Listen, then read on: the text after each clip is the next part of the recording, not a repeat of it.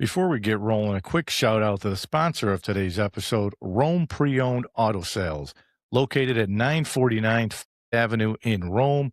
A huge thank you to General Manager Anthony Mariani for supporting the Rock Pile podcast and believing in what we're building here on the Rock Pile.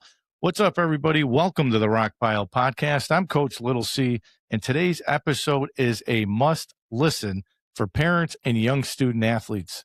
I'm joined by Rome, New York native and the director of NIL and Community Development, Larry Antonucci. We're breaking down NIL, recruiting, Larry's journey to South Florida, and his thoughts on the new head football coach, Brian Hartline, and today's college athletic landscape. So let's get into it and bring Coach on now. I am excited for tonight's episode here to talk to Coach Larry Antonucci. We're just talking a little bit behind the scenes, so we'll bring him on in just a moment. I'm excited. I just released some merchandise tonight for the Rock Pile, so go on. If you're actually watching this live or you're watching on the replay, there's a barcode up top. You can scan it. You can buy anything you want. Just got some in today, so I'm excited. Like and subscribe as always. Later in the week on the Mohawk Valley Sports Watch, we'll air it on Sunday morning from 9 to 10. We'll talk to Rome's Tyler Schaff will be on the broadcast with me live. He'll be on with me at about 9:10, and I released the next guest up on the Mohawk Valley Sports Watch later tonight, who will be set to join me at 9:30. So without further ado, let's bring the man, the myth, the legend on. How are we doing tonight? I'm doing great tonight, Rock. How are you? I'm doing pretty good. I'm excited to have you on. You came highly recommended by a lot of people, and I'm really excited because I got to be honest with you. I didn't know I know you. I don't know you well. But I did not know that you were in South Florida, and actually Chip Travis is the guy that said you got to reach out to him. He'll be perfect for us. I'm so glad we were able to connect. Well, first of all, thank you, Chip. And I know you live down here. Maybe one day I'll get on the phone and give you a call. I follow him on Facebook, so now I got a reason to give him a call. So, but no, I'm excited. We were talking a little bit before we got on the air. I've watched you. You do an amazing job. I love watching you. You get a lot of local people here. That's cool to watch. It brings back a lot of really good memories anytime I watch your show. And I remember when I first started watching you a couple years ago, I was like, man, it'd be cool to be on his show one day. I don't know what we would talk about, but it would be just cool to be on his show. So I really appreciate you reaching out and looking forward to tonight. You know, it's really funny because my wife gets tired of me saying that, back in the day, I was a pretty good athlete in Rome. Of course, my kids always got to hear, well, your father was a really good athlete. But it's like now when I go places, I'm not known as like Coach Little C anymore. Everybody that sees me, they're like, there's the guy in the Rock Pile. There's the Rock Pile guy. So I don't know. Everybody calls me some different things, but I'm excited to have you on. That means a lot that you follow. I'm glad that I can do some local sports and all that. It brings back some good memories for me as well. So let's jump right in. I wanted to talk to you a little bit about, the journey to South Florida. You started talking to me a little bit behind the scenes from Rome, New York. I want to ask you about your bringing up in Rome. Take us back to those days, and how did sports come into your life? Yeah, it's so – as I was driving into work today, I was thinking about it because I figured we'd talk about this a little bit. And, I grew up basically in the park with all my neighbors, playing baseball, playing football, my dad flooding a rink in the backyard, playing hockey, going to Kennedy Arena as a 4-year-old, learning how to skate the first time, a nervous wreck because there's all these people flying around, and I got the chair in front of me, right? I remember that. I remember going to using my grandparents' address so I could play the American League down at Pinty Field. Right. Yep. Playing baseball there over at Pinty Field, and then ended up playing at Rock Park for Federal League. Mr. Campanero being my little league coach, playing for Kiwanis, and then playing youth hockey, going summer workouts with Coach Mize, right, at RFA. And just growing up watching, American Legion baseball, that was a staple. You were going to go watch Smith Post play right, with your Bones and everybody that played there, and Googie pitching, and you can go on and on. Yep. Mickey Jones, and um, I mean, I leave a lot of people out, but growing up with that, wanting to play for Smith Post because that was a big deal. Yep. Then obviously Friday night, right, football, RFA with the horns, the air horns, and that place was sold out every single game. You wanted to do that. RFA hockey, right? That was a big deal. Absolutely. A lot of games. So growing up watching, so your local big time is what you make it, right? So our local teams were big time back then, and you grew up wanting to do that. And I was very fortunate. I tell people all the time, I was not an athlete. I just played sports, right? I just was an athletic, just was fortunate enough to be around a lot of great players, a lot of great coaches. If you had any athletic ability at all, with those coaches that we had, you were going to have some sort of success, Oh, right? absolutely. And like I said, being able to play for Coach Mize and Coach Hoke and Coach Bruce and Coach Meese and Coach Williams, Coach Schwartz, Coach DeCoste, Coach Evans, and the list goes on and on. And I still think of times in my coaching career or the role I'm in now of things that were said to me, how they handled situations. Obviously, it was a different time back then, but so many life lessons were taught to me on how to treat people, how to be consistent, how Yep. to be a great communicator, be a great listener, be a great teacher, right? And just would you want to play for yourself if you were that coach, right? If you were that player? Those are the lessons I learned from those coaches, and it started at a very early age with all my youth coaches. You know, I tell a lot of people on this show because I talk to so many coaches at different levels. I say I was so blessed because you named a lot of the guys that I played for. The legends, Coach Hoke, Coach Mize, Coach Bruce, Coach Ryan. I played for Fita Costi in baseball. I missed Billy Mays or Billy Vinci, excuse me, when I was little at Franklin Field playing baseball, and then in basketball, of course, Coach Evans. I was so blessed to play for all those guys and the lessons that you learned and the tough coaching. I just did a podcast, a quick 5-minute spiel the other night on tough coaching and tough love because that's what those guys gave you, and you really don't appreciate it until you graduate and you look all these years later and look back and say, man, those guys were tough, but they loved you, but they taught you the game. And we were just so blessed. So everybody you just mentioned, those guys all played a huge role, for me growing up. You talk about Mr. Vinci, Billy's dad. That how Absolutely. cool was that summer league, right? You would get on your bike, whatever park you were at, and you would Yep. ride your bike down to Franklin Field, and you're just playing baseball, and you're sitting there between innings, shooting the breeze with Coach Vinci, and he's just talking base. It was just Yep. fun. It was just, and then maybe you go play wiffle ball, right, or screen ball with the wiffle ball up by the clubhouse. You're going to play ping pong. Mark DiMaggio would always whoop me. I thought it was really good until I had to play him, and I never beat him. He was probably the best one back then. But that, and then you ride your bike over to RFA, and Coach Mize would have you lifting and Oh, yeah. running and doing all that deal there, and it's just wild. And I remember when I was in like the 6th grade. And I tell this to my kids now, and they think I'm out of my mind. But like in the 6th grade, whatever school you went to, you had your own soccer team. So I Yep. went to Ridge Mills, and I like the kid we had that was really good. His name was Mark Signorelli, who is a really good botch player too.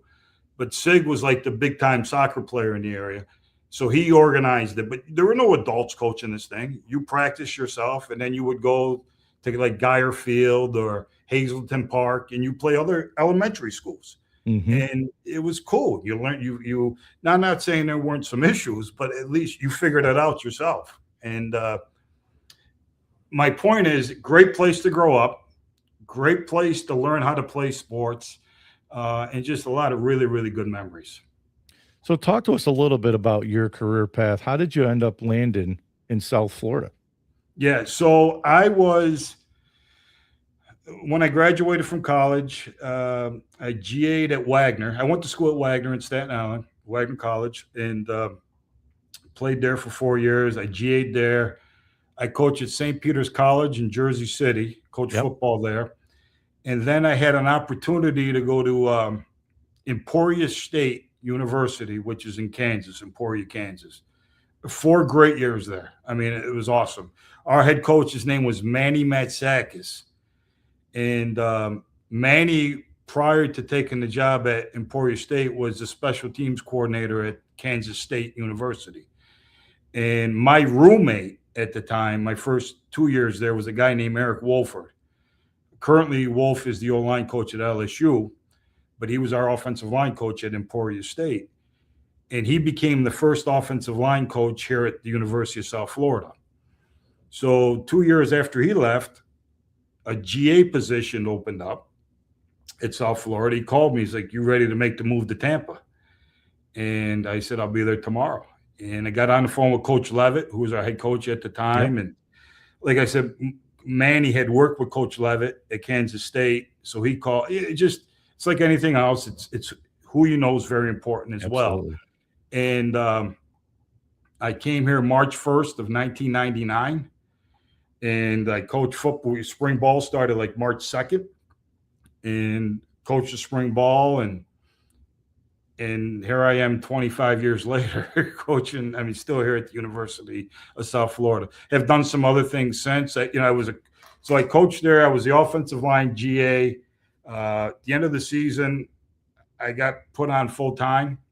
I was the tackles and tight ends coach, and had a recruiting area. It was really cool. And then for whatever reason, I decided I was going to do something else for about a month, and still in Tampa. And then after about a month, I realized I was not any good at it, and it's not what I wanted to do.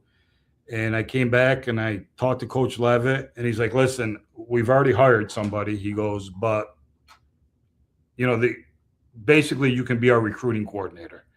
And they're starting this new thing, this football ops thing. So why don't you just do those things? And then we'll see what happens." And I did that from 2001 till 2012. And then I got into fundraising here at the University of South Florida. Did a few other things, worked for some donors, was a high school athletic director. And then 3 years ago, when Coach Golish got hired here, got reached out by that staff, and they had asked me to come and work in their collective at the time. NIL had just started, and they were trying to get their collective off the ground, and did that for a year. And then when we all knew the House settlement was going to happen in July, we created this revenue sharing department, NIL department in-house, and I got hired back at the university. So I've been back here now in-house for the last 2 years. So that brings me right into the NIL segment. And I want to just have you clarify for some people, because I think there's a big misconception too. It's huge now in the college game. But what is NIL and what is it not? Well, what is it not? It's so let's clarify a couple things. There's a couple different tranches, or a couple different buckets, if you will. There's revenue sharing right now. So each university, let's just talk about the universities that are at the cap. Okay. So what does the cap mean? A year ago, the NCAA came out and said, if you want to be part of the new revenue sharing program, you have to make a determination that you're going to be able to pay your student athletes a cap of $20.5 million. Okay. We've made that commitment, University of South Florida. And that's for your entire athletic department. And that's revenue sharing based off of numbers that they've come up with through TV deals and whatnot. And they think that's the fair market value. That's going to incrementally go up each and every year. So that's in-house money. That's what the universities can pay their student athletes. Okay. So why is that important? Because when NIL first came out, right, name, image, and likeness first came out, the reason collectives started was because the head coach and staff members and athletic directors were not allowed to talk to student athletes about money that they could receive. So that's why you had a collective. So when I worked for, the name of it was called Fowler Ave Collective. Our university is on Fowler Avenue. Okay. So that was the name of our collective. We would sit down and talk with it. Okay, Rock, you're going to be a great player for us. We'd love to have you. We're thinking about giving you A, B, and C for the next 6 months to a year, that type of thing. I had to have that conversation, or my boss had that conversation. In addition, we would talk about other things, any questions they had, but the coach couldn't do that. The general manager or the chief of staff was not allowed to do that. Athletic directors were not allowed to do that. So when the house settlement came in July, they said that was the big deal, that it's all in house now, and universities can they sit there. That's part of the recruiting visit. They sit down, and when they come in on that, at the last day, and they say, okay, let's talk about, what we're going to do, what we can commit to you financially. There's still collectives. Okay. Kids can make money. Student athletes can make money off of their name, their image and likeness, their brand. It's a little tougher now. Okay. The reality of it was 3 years ago, it was pay for play. Yep. Now, if we're going to, if there's a merchant out there that wants to provide, wants to pay a student athlete, there has to be a deliverable. Okay, you have to, whether it's a public, an appearance, whether it's a PSA, whether it's just getting on your phone and whatever social media vehicle you use, tweet, TikTok, whatever it is, there has to be deliverables. We have to write that contract up and send it to a clearinghouse, and they have to approve whether it's fair market value or not. And then most of them get approved. In our university, most of them get approved. So there's a couple different ways that student athletes can make money. The reality of it is also, if you're a merchant, if you own your own business, you can hire a student athlete. You can just make them a 1099 employee and say, here's your job description, and you can pay them. That's another way to do it. I'm sure there's schools out there doing that. If for whatever reason they were concerned that Deloitte, that's the name of the company, would deny the fact that this is fair market value, fine, I'll just pay I'll hire the person and pay him. So there's a lot of different ways to skin a cat, and that's just a few of them right there. So I think a lot of people will say that, when you look at now the juniors and seniors in high school, it was a lot different when I was getting recruited. Obviously, we didn't have all that. And now with all this, you hear a lot of coaches that'll say, I'd rather take the sophomore, junior, the transfer in the portal than going and getting a senior out of high school because they've already played a couple of years of college football.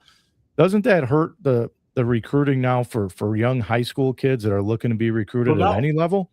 No doubt. So, before I came back to South Florida, I was an athletic director at Cardinal Mooney High School down in Sarasota. They just won the state championship football, 3A down here. I would have a lot of conversations with parents because they could not understand why their son or daughter was not getting recruited. And I would tell them, your kid's a great player. 5 years ago, 4 years ago, they would have been offered by a lot of these schools. Yeah. There's just no room for them now. That doesn't mean your son or daughter is not a great player. It doesn't mean they shouldn't pursue, continue their post-secondary ed, playing somewhere. And if they have a desire to play at X school, go somewhere where you're wanted, where you have an opportunity to perform, and you can be the player you think you are, to give yourself an opportunity to go play at that school down the line, or stay at that school. You may love it. You may just I found where, like I said, these are the people that want me. They care about me. They've given me an opportunity to have success. And I've done well here. I think down the line, right? So let's take this Indiana team that just won the national championship, right? And what's the big thing everybody says? Well, there was no 5 stars. Yep. Well, sure, coming out of high school, they weren't 5 stars. but they're 23, 24, and 25 now. They're 5 stars now. They're 5 stars now, right? Absolutely. We don't do that. The dudes out of Miami were 5 stars coming out of high school, right? That's the difference. And they got better. So, yeah. So I think there's, to your point, it's very difficult for high school student athletes right now. It's very difficult because there's not as many opportunities at the Division I level, Yep. right? And that's just it's hard mentally because they know they've competed at a high level probably most of their life. They've been recruited, okay, and it's always you're the next one in line probably, or if this person doesn't, if we don't get this one in the portal, we're gonna come back to you. So that's tough. But the good news is those opportunities are there for them on the back end if they want them, and if they're good enough, and most of the time these kids are talented enough and good enough to play at the level they want to. We had a kid. Go ahead. I'm sorry, Rock. No, I was going to say, so I always go back. So I think like Nick Saban's a really good example. When he was there, they got all the 5-star recruits in Alabama, and Clemson's another good example. Dabo don't dive into the portal much. He's made obviously some big commotion here just recently, but now you look at it and you see it's the same teams, right? Everybody go where the money is. Ohio State, the LSU's. Lane Kiffin left to go to LSU where they got resources, they got money. They can buy players and basically turn a team around overnight because of the NIL now in the transfer portal. So I think we got to see at some point. Do you think we'll see some more regulations? I mean, it's basically like the NFL. Yeah, it's turned into a business. There's no question. And I was having this conversation with somebody the other day. You almost have to have that, can you believe that happened moment before somebody does something about it, right? Yep. All this stuff that's going on with Clemson and Ole Miss, and I guess now there's a kid from Fresno that's caught up in some of this too now. My son was just telling me about it. Whatever happened is happening, right? We'll find out when the smoke settles, and then they're going to fix it. They just will. It's sort of like we're fixing this piece with, it used to be collectives where coaches couldn't talk. We all knew that was nonsense. Yep. Right. So let's get it to the coaches. They fixed that. There's a cap now. Okay. 20 million. It's probably a little bit more when you talk about collectives, but there are some guardrails, not enough, but there's some guardrails because of what's happening.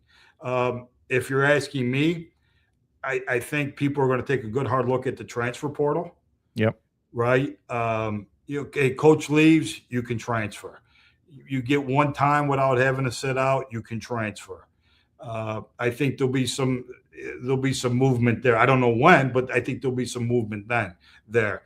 And I think eventually there'll be probably some sort of collective bargaining with the student athletes in the universities, and which opens up some other issues. But that's a few years down the line before we get there. But I got to think once they can find out who's going to represent the student athletes with the CBA, then we'll get there, because that would be the biggest thing right now. Who's going to represent them? Well, I always say I think South Florida, where you're at, has some of the best resources, best facilities, and I always say that it's a great job for somebody. And Coach Golis did a fantastic job. I think he's going to win at Auburn over there. There's no doubt in my mind about that. But I always hear a lot of good things about where you're at. They say, as far as money goes, they're one of those programs where they can go steal some pretty good players because of the facilities, the resources that you guys have that maybe some other teams in your conference don't have. Yeah, so we have our new athletic director, Rob Higgins. And Rob was the commissioner of the Tampa Sports Commission. What do? They get the Super Bowl here. Yeah. This hockey game we're playing outside in 2 days, he was responsible for doing that. He's dialed in across the community, not this community, across the country. And one of the first things he did was make the commitment, boom, we're going to be at the cap at 20.5, million a year. So that's huge. And you can tell by the job that our coaches did with the transfer portal, the type of guys they were able to get in.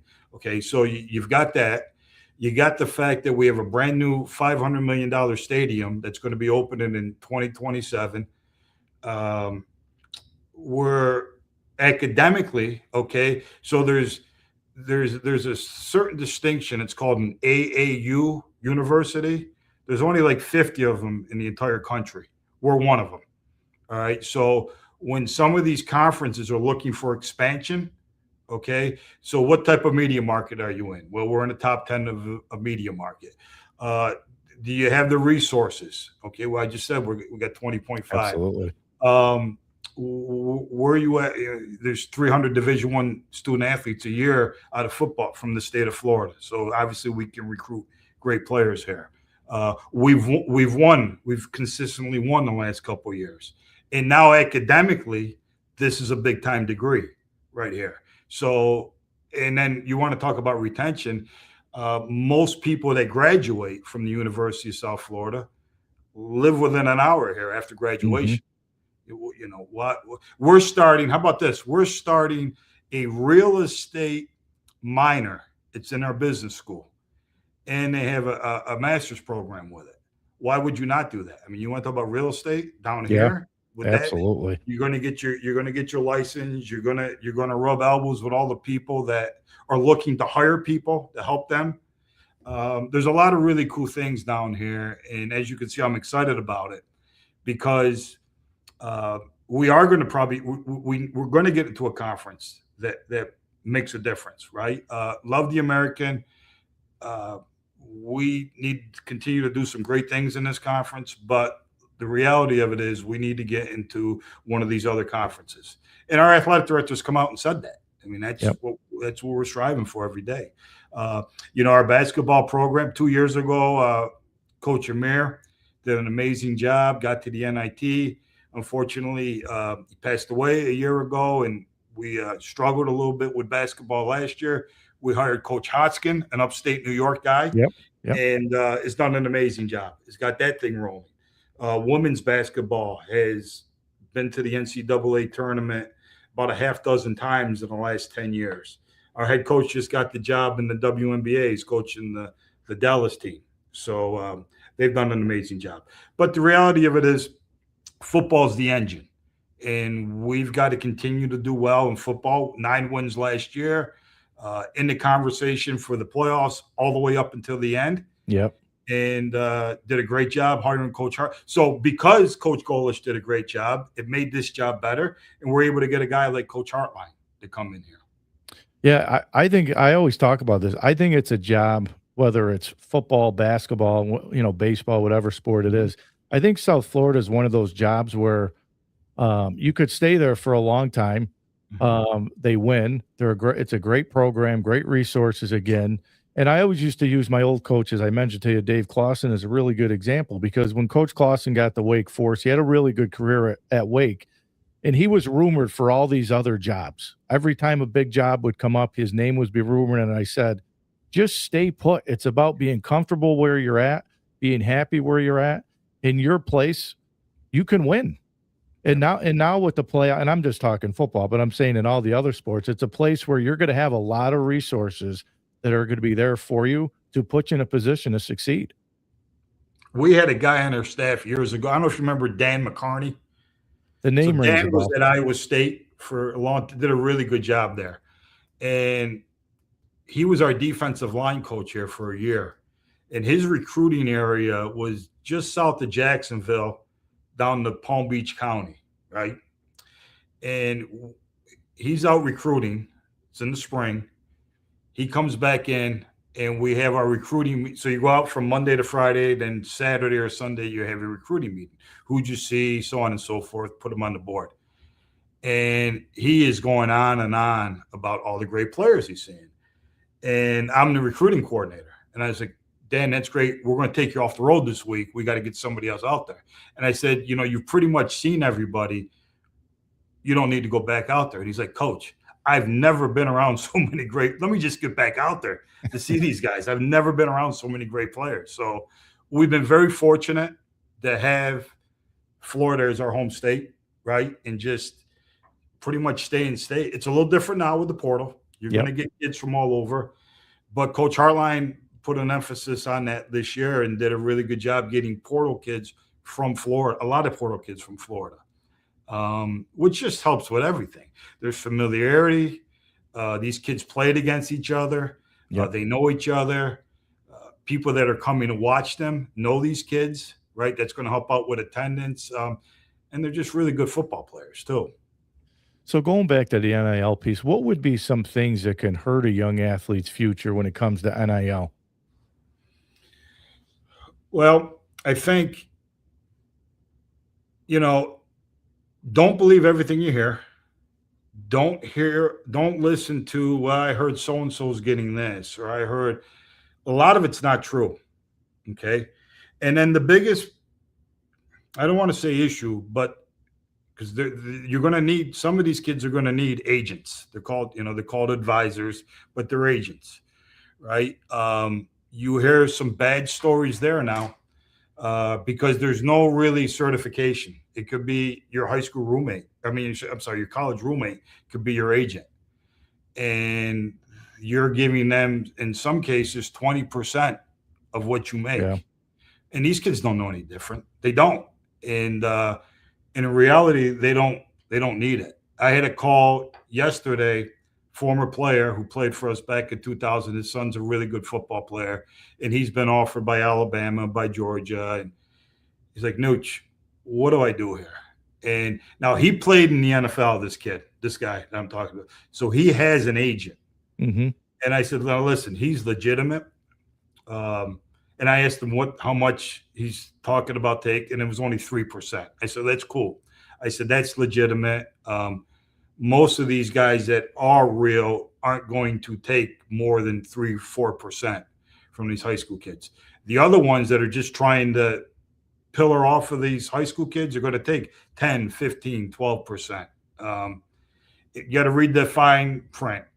They can tell you one thing, but whatever they put, if you get a contract and you sign that contract, you're buying. It's binding. It's a real deal, right? This isn't. I'm not paying you. No, you're paying them. So just be very careful if you get tied up with an agent. Most moms and dads can sit there and go into the coach's office and be their son's agent or daughter's agent. You don't need it. You really don't. If you're now, here's the deal. If your son or daughter is a big time player that could, maybe get some third party NIL deals through an Adidas or a Nike or something, you may want to speak to an advisor to help you navigate through that so they don't get taken advantage. But there's plenty of resources at the university that help these kids. But that would be my biggest concern, is just dealing with agents right now. It's sort of like in the old days. Remember, you got to play 3 years before you could declare for the NFL draft. Yep. Well, all of our juniors, they'd go out in the parking lot, and all these agents would have these runners meet the kid in the parking lot, say, hey, man, you need to declare for the draft. And and they throw them a few $1,000s. So-and-so wants to represent you. And they would do it. And the kid, was told maybe he's got a 3rd round draft grade from the NFL, which most everybody does. Everybody's a 3rd round draft grade. But they wouldn't get drafted till the 6th or 7th round, or maybe they would be a free agent, right? And so now they're done. They can't go back. Where if maybe they stayed another year, they could have helped their draft status. Same type of deal, just different. Now people were out there earlier getting on these kids. And now there's NIL. You have in New York, right? We've got for high school kids. We don't have it. I just read something, though. Was it down in Michigan or another state now? They're going to be paying the high school kids? We have it in Florida. We have NIL. It's pretty restricted. I mean, there's a lot of stuff, but it started in Georgia. But we have it in Florida. I don't know a lot about it.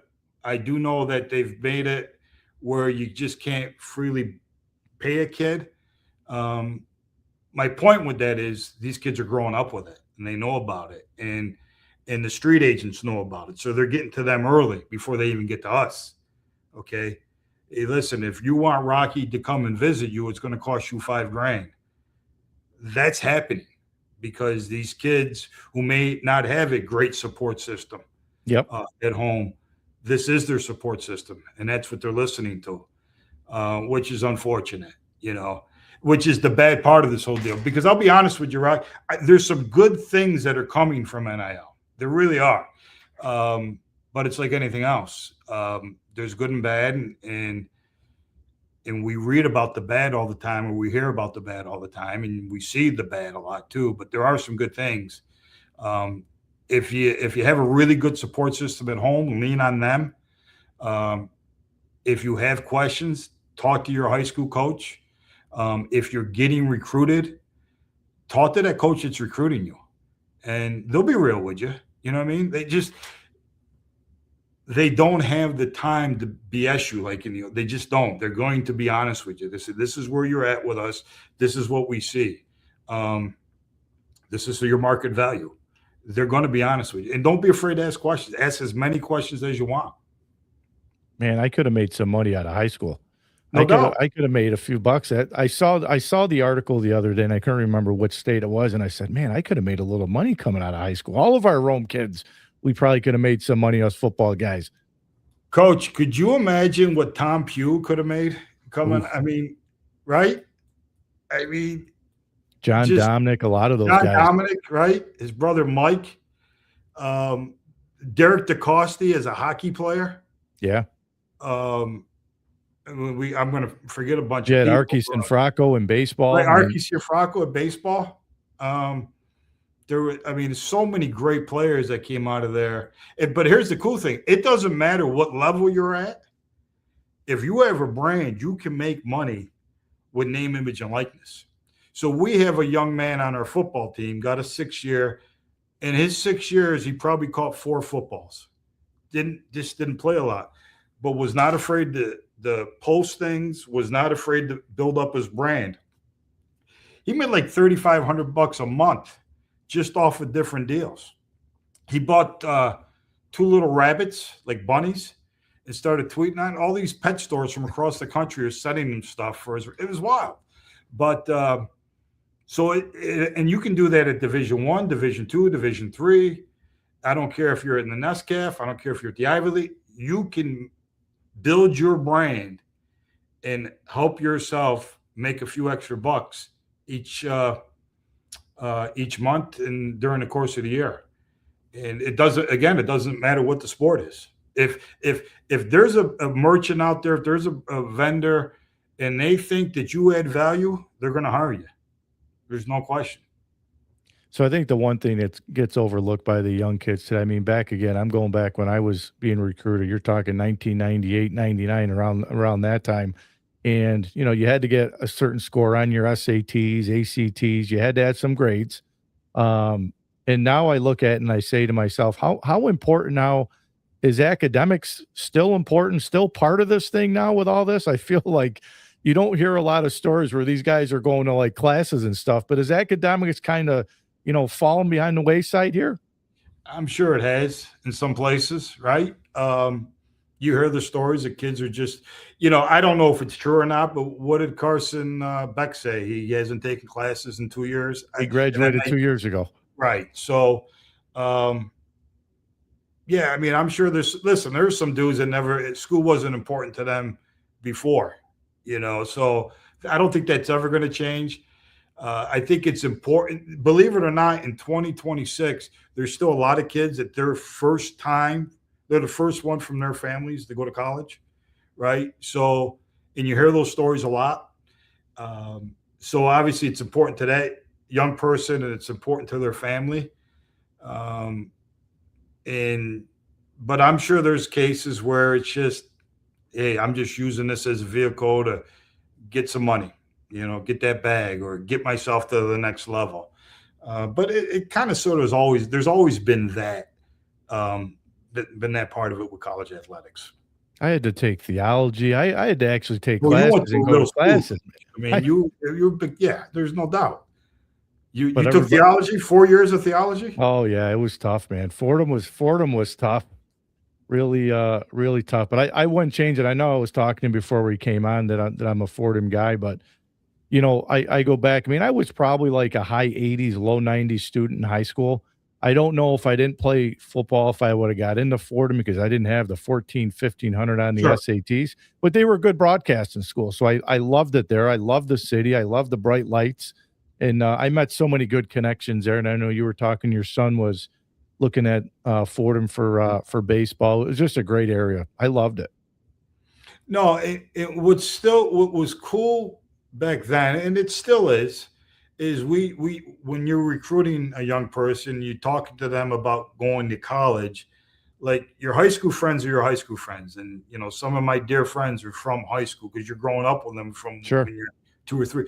But your high school buddies, they're the ones you're going to be in their weddings. They're going to be in your wedding. When they have a baby, you're going to call them, and they're going to be your godfather and all that. It's just a different relationship. I don't think we haven't lost that yet. I think the guys that stick around for a few years cherish those relationships. Um, and especially when they see the old timers come back and talk about the old days, they want to be part of that group, because it is a great experience. It really is. It's 4 or 5 years of a brotherhood, and I'm talking about football now. Yep. Um, and the stories and just something that I I don't know if there's ever anything else in your life that you're going to be able to do like you did when you were in college, as far as being around people that are like minded, on the field and off the field. So I wanted to go back, and I'm just going to jump around because I meant to Sure. ask you this earlier, and you mentioned some of those coaches when growing up in Rome, but let's take now where you're at. Who were some mentors for you? And I always love listening to people tell me these stories, but who were some mentors for you along the way to where you're at today? Yeah. So obviously, my parents, right, were my dad was the best coach I've ever had. Um, he got me. Obviously, he was hard on me. That's most coach. We talked about tough love, Yep. but he got it when I needed a little, little hug, or just always was able to say the right thing. So my best coach, and then watching him, he coached little league baseball and all that. Watching him coach other people, he sort of got who needed needled. You can needle them a little bit. You got to kiss this one up a little bit. So I learned a lot from him. Um, and then you know Gabe Vaccaro, my freshman offensive line coach, Yep. right? He was awesome, man. He was just the first time I ever played football, but taught me how to be tough. Just this is going to suck right now, Antonucci, right? But you got to, if you want to play this game, you got to do this right now. You can put your nose where it doesn't want to go.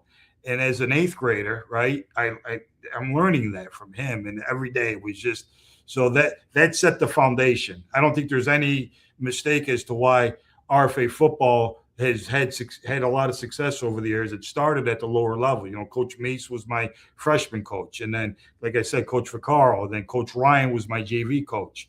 All great influence. And then the three guys at the varsity level, Coach Holt, Coach Bruce, and Coach Mize, had a tremendous influence on me, um, growing up as a coach. When I went to college, Coach Hamline, my college football Yep. coach, uh, upstate New York guy, went to New Hartford, grew up in New Hartford, played at Brockport, uh, pretty much recruited me, and was just there, man, for me. My dad passed away when I was in college, and he was like another father for me. Uh, it was not afraid to put his foot up my rear end if I needed it, but also would be able to laugh with me and just talk with me. I still talk to him once a month. He comes down to Tampa. We go have dinner. If I'm ever in New York, I go to see him, and we have some dinner. A guy who didn't coach me, but he was a coach at Wagner, Tim Capstraw. Timmy was the basketball, another upstate New York guy from Utica. He's the play-by-play guy for the Nets now, New Jersey Nets. He was a good guy. I learned from him. But when I got into the business, okay, it was guys like I talked about Manny Matsakis, who was my coach Yep. at Emporia State. It taught me, like, you don't just wear the whistle. Taught me how to be a coach, how to dress, how to speak to people, uh, stay consistent the whole time. Coaches sometimes get too high, sometimes Yep. get too low, and your players are going to get too high and too low. Taught me consistency, which was very important. He was a very big influence in my life. And then Coach Levitt here at South Florida. Yep. Let's be relentless, man. If you want to be good at this, um, he always had a chip on his shoulder because we were in trailers, we were just starting out. He had always been at small schools, so just learn from him. Don't ever listen to somebody tell you you can't do it. We're going to get this done. Now you got to work, you got to Yep. get after it. So I learned a lot from him. Skip Holtz, I worked for Skip for 3 years when he was here. Love Skip. I'm just a pro. Learn how to be a pro. Um, and then another guy, okay, he's sort of catching some flack the last 24 hours, but I had the opportunity to work for Bill Polian for a year, and just sharp as a tack, loves football, and just was very detailed. Everything you did was important. Every decision you made needs to be thought through. Learned a lot. I only had the opportunity to work with him for a year, but learned a lot from him. Um, and then just, Wally Burnham. I don't know if that name means nothing to anybody, but Wally was our defensive coordinator here at South Florida. Played for, how about that? He was Joe Namath's sweet mate at Alabama, played for Bear Bryant. And if you close your eyes and listen to Wally talk, it sounds like Bear Bryant. He's 86 now. He lives up in Lake Lanier, and I talk to him from time to time. But just learn how to, again, how to treat people, how to coach people, how to just understand. Like, Nooch, not everybody grew up in upstate New York with a mom and dad and ate Yep. pasta on Sunday. There's different ways to do this, brother. And just because he may have ruffled your feathers a little bit because the way he looked at you or the way he's still a human being, and that don't mean you can't coach him hard, but he's got to know you care about him, and that's the most important. That's I learned that from him, being around him for 10 years and watching him. I mean, here's a guy. He recruited Derek Brooks to Florida State. He coached Derek Brooks when D. Brooks got inducted into the Hall of Fame. Wally was one of the guys he invited to his Hall of Fame induction. So Wow. that's the kind of impact he had Yeah. on Derek. So yeah, he was. Listen, there ain't a time I talk football and Wally's name doesn't come up. He's one of those. Yeah, my kids know all about Wally Burnham. They hear me talk about him all the time.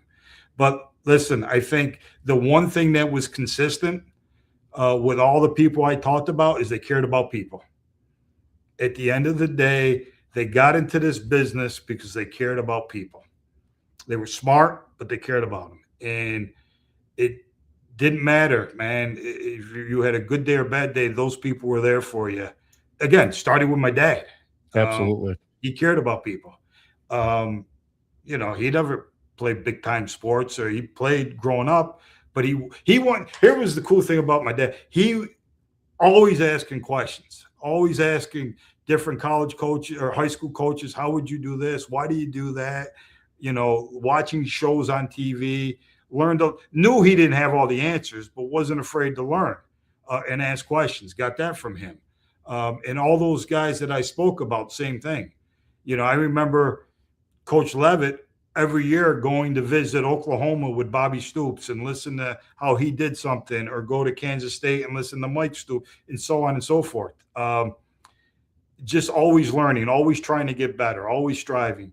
But like I said, at the end of the day, they really cared about people, which is that's why you do this thing. Yeah, you mentioned the impact. So I always use my dad as a good example too. My dad coached high school football in this area for a long time, and I got the opportunity to be his assistant. Then he was my assistant, and to this day, there's a lot of kids that played for him back in the '70s, the '80s in high school that still call him coach and thank him. And it's like that's the message that when you talk about the impact, and you just described a ton of that, that's what it's all about. You can leave that impact and and leave that on somebody to take something away that you learned over the years. I mean, that goes a long ways, and that's this whole business, right? That's the whole business that you're in, that I'm in. It's all about helping out and giving back, and it's great to see that you've had so many of those life lessons. Yeah, it's cool. And like I told you as we were talking before, my son wants to get in this profession. And he's a student assistant here now at the University of South Florida. And people are like, he's not listening, so I can say this. I'll never tell him to his face. He's going to have success because he's smart, but he really cares about people. Yep. And again, he's seen that with the people I've been around. Not from me. He's seen that from the coaches and how important that is. You've got to really care about these people if you're gonna demand and expect a lot from them. So I just want to ask you, and I said I don't want to keep you too long, but I just wanted to ask you a little bit about Brian Hartline. And I was telling you before we came on, I met my wife in Columbus, so she's a big Buckeye fan. She drank the Kool-Aid when we were out there, so she's a huge Ohio, loves Brian Hartline. I'm the Michigan guy that grew up a diehard Michigan fan, but when South Florida hired him, I said, it's a home run hire. He's a great recruiter, assembled a really good staff. I think, with the resources that he has available to him, there's no doubt in my mind he will find a way to get this team. I'm going to probably say, I think, make a shot at a playoff run, right? It's 12 teams now, and it's probably going to expand to 16 teams eventually. But talk to us a little bit about that hire. You said it was a home run hire, and I don't know this for a fact, but I'm sure. I think he was our athletic director's first choice. That's who he wanted when Coach Golich went to Auburn and our AD went to work. I'm pretty sure that was his guy from day one, and just a really, really good guy. And just, you see him in the hallway, you just shoot the breeze with him. Had a cup of coffee with him the other day, just talking about life in general. And we had a junior day Saturday. 40, 50 juniors from across the state came in. At the end of the day, you got to break things down. You got to put tables away. You got to who's the first one doing it? Coach Hartline. That doesn't happen a lot. And it's just, so his brother is our quarterback coach here. Yep. And just talking to him, I can see, because he's an unbelievable person too. That's just, I can see that's their family. That's who they are. They're just genuine people. I've talked to some people that coach with Coach Hartline at Ohio State a few years ago. Nothing but great things about the guy. Again, cares about people, right? Yep. Is a relentless worker. Was a great player, man. Absolutely. Was one of those guys that probably was overlooked, but then he goes out and tears it up and signs his second contract. Was a big contract. Why? Because it was important. I mean, just the work ethic was second to none. And if you look at the way he takes care of himself, the way he presents himself, he's a pro. The way he talks to people, he's just got it, man. And everybody is very, very excited to have him here. They did a great job in the portal. He's coaching in that playoff game, right? Unfortunately for them, they get beat. Boom, he's here the next day. And there's just kids in here, and he didn't miss a step and did an amazing job signing a really, really good transfer portal class. And he's been on the road for the last, I think he got off today, doing high school kids, just hitting all the schools in the state of Florida. Guys are calling me, coaches I know in the high school are calling me like, love this guy. This guy is great. Came in, sat down, just shot the breeze like I've known him for a million years. And that's what you want. So when I was at Fordham, we had a handful of kids from the state of Florida. Matter of fact, they were from Miami. And we always had the friendly rivalry saying, it was Miami against New York and New Jersey against PA. And all you hear is you talk about the state of Florida when it comes to recruiting. Yeah. What's so different about the state of Florida compared to all these other regions across the world? Well, okay, so let's take Miami, for instance, right? Let's just talk about Dade County. and my numbers may be off a little bit, but there's 32. I think we're at 8A now, 8A schools. Well, to Wow. be that big of a school, you have to have over 5,000 students. Okay, there's 32 of those schools in Dade County. Right? Imagine Oneida County if there were 32 Wow. schools like that. There's just so many players, and they're just, there's just the numbers. And in Hillsborough County, which is where Tampa is, same type of thing. We don't have that many, but we've got a lot. There's just so many kids down here. There's just, and football is very, very important down here. It's just not that it's not important everywhere else. Don't get me Yep. wrong, because it is, right? And listen, I don't think it's any more important to a kid at Armwood High School here in Tampa as it is to a kid up in Dodgeville. They both love the game, right? Yep. There's just more of them down here that play the game. And listen, here's the other thing: they can play it all the time. Or they're outside all the time. They're running Yep. all the time. They're jumping all the time.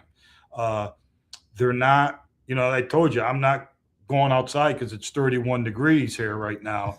That's cold down here. But in a couple of days, it's going to be 80 again. And people are going to be outside running track. They're going to be playing basketball on the court, whatever it is. I just think they just get out more and they run around a lot more. And there's before all this 7-on-7 stuff happened, right, several years ago, we had spring football down here, and Yep. they've had it here for years. So you get, I think it's 15 practices. You get an extra 15 practices every year, and then you got training camp like everybody else does. There's just more of it. There's more kids, and there's just more time to do it. But again, there's great players all over the place. It's just that and then over the since COVID, right? Because a lot of folks came down here after 2020. It's just more people down here. I'm going to tell you something right now. I was at Cardinal Mooney, and we had a bunch of kids come from up north the year that during COVID, because we were playing sports. And two of our best players on our football team were from Albany, upstate New York. So, like I said, there's great players all over the place. And there's just more of them down here. That's all. So the last thing I wanted to ask you, what would be a message to, some of the high school kids now that are being recruiting, and even the moms and dads that are going to try to help their kids be recruited by, whether it's, again, Division I, Division II, Division III, what would be a good message to those folks? Yeah. So go where you want it, right? Be honest and be realistic. If Syracuse, Boston College, and Penn State aren't calling you and aren't writing you letters, you're probably not going to go to school there, right? And there's nothing wrong with that. I told this to my kids growing up. Most players across this country are Division III players. They just are. There's a lot of Division III schools out there playing football, right? So there's nothing wrong with it. It's a great experience. It's really good football. They said the star of the Senior Bowl was a kid from John Carroll. Yes. The receiver, Division III school, right? So there's some really good football players there. So don't kid yourself if you don't think, not you, but you know what I'm saying. Go where you wanted. Go where you think where you want to go to school. Would I go to school there if I wasn't playing football? All right. And you got to be real with yourself. Go where you'll have an opportunity. Go where, if, like you said, you went to Fordham because they had a great broadcasting school there. That's important to a lot of people. If you want to go play at a Syracuse one day, or at a Boston College, or at a Penn State, or at Rutgers, and they're not recruiting you, but you think you can play there, go to a school. The old saying, get a jersey, go play somewhere, do your thing. We had a kid here 2 years ago. My first year back, transfer from Wagner College, where I went to school. 2023, he's playing at Wagner. 2024, he's starting against Alabama for us. Caught 8 balls against Alabama, right? That's what he wanted to do. Went there, had a great career, had a really good season, got himself in the portal, came here. He graduated, played some good football, met his wife, met his girlfriend. They're getting married, right? So it all worked out. But make sure you go to a place that you're wanted, and they'll give you an opportunity to have success, whatever success is for you, right? Your success and my success might be a little different. My end game may be a little different. Right. And I tell that, Rock, I still get calls from parents whose kids are at Cardinal Mooney, right? They just, like I said, they just had a great year. They won the state championship. They've got a kid going to Notre Dame. They've got a kid going to Western Kentucky. They've got, they're one of those schools where the head coach flies in on his helicopter, right? Because they have really, really good players there. And some of these parents don't understand why their kids aren't getting offered, just because, and again, it goes back to what we talked about. Doesn't mean they're not a great player. There's just no room for them right now. Right. Right. So if you want to come to South Florida, is what I told this guy, go to this school that's really, really wanting you right now. They've been to all your games. They've offered you a scholarship. They told you where you stand, right? Where the depth chart is and where you're going to be part of that program. Go there, be a great player. You may love it there and stay, or you may do so well, you'll give yourself an opportunity to go not only to South Florida, but maybe somewhere else. But you got to work hard at it, regardless of where you go. They're not giving you anything. You got to work hard. And that's the other thing. You probably worked hard to get to where you're at right now. You got to keep that thing going, and just keep getting better and keep giving yourself opportunity to be successful.